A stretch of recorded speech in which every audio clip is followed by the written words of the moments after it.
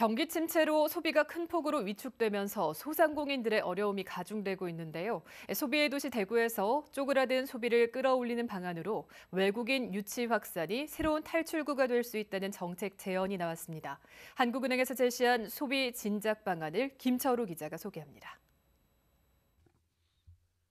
지역 경제의 큰 지표가 되는 GRDP, 지역 내 총생산의 경우 대구는 소비의 비중이 가장 높습니다. 대구의 GRDP에서 민간 소비가 차지하는 비중은 72.4%로 전국에서 가장 높습니다. 전남, 충남, 울산이 30%대인 것에 비하면 2배 정도고 전국 평균보다도 훨씬 높습니다. 그나마 대구 시민들이 타 지역에서 소비하는 비중은 56.8%지만 타 지역 사람들이 대구에서 소비하는 비율은 30%로 낮은 수준입니다.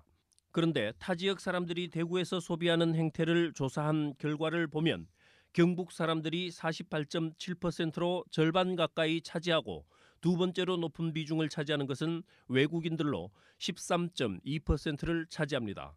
대구를 방문하는 외국인은 미국인이 16%, 대만 8.1%, 베트남 7.4%, 중국 6.4% 순이었고 20대가 38.7%, 30대가 29.1%로 30대 이하가 전체 3분의 2 이상을 차지했습니다.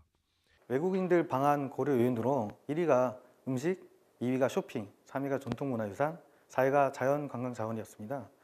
대구는 외식물가지수가 낮아서 저렴하게 음식을 즐길 수 있고 서문시장 등 전통 쇼핑 인프라뿐만 아니라 신세계 등 현대 쇼핑 인프라도 잘 발달되어 있고 6개 광역시 중에 전통문화유산이 가장 많아서 그래서 대구에 좀 외국인들이 많이 왔던 것 같습니다. 디지털 노마드는 인터넷, 네트워크 기술의 발달로 탄생한 신조어로 태블릿 PC, 노트북 등의 IT 기기를 갖추고 전 세계를 여행하면서 일하는 사람들을 말합니다. 이들은 업무 시간과 노동 환경, 업무 방식을 스스로 정하고 디지털 기기를 사용할 수 있는 곳이라면 어디서든 일하고 있습니다. 미국의 경우 원격 근로자 비율이 2024년 기준 22.8%를 기록하는 등 2019년 전 세계 700만 명 수준이던 것이 2024년에는 3,500만 명으로 급속하게 늘고 있습니다. 외국인 관광객 한 명의 부가가치 유발 효과는 12만 6천 원, 생산 유발 효과는 26만 원, 취업 유발 효과는 0.01이지만 디지털 노마드는 부가가치 유발 266만 원, 생산 유발 540만 원, 취업 유발 효과는 0.06으로 적게는 3배, 많게는 20배의 효과를 가져옵니다.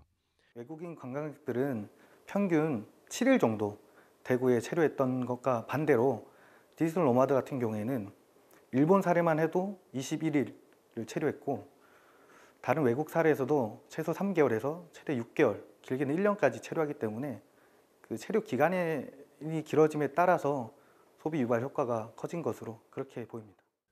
대구는 인터넷 속도가 빠르고 물가도 저렴해서 경상북도가 운영하는 광역 비자의 기능을 조금 확대한 대응 방안 마련에 상대적으로 우위를 가지고 있다고 분석하고 있습니다. 한국은행 대구경북본부는 외국인의 정주 환경을 비롯해 원스톱 서비스 창구를 개설하는 등 디지털 노마드 유치를 소비 진작 방안의 하나로 제안하고 있습니다. MBC 뉴스 김철우입니다.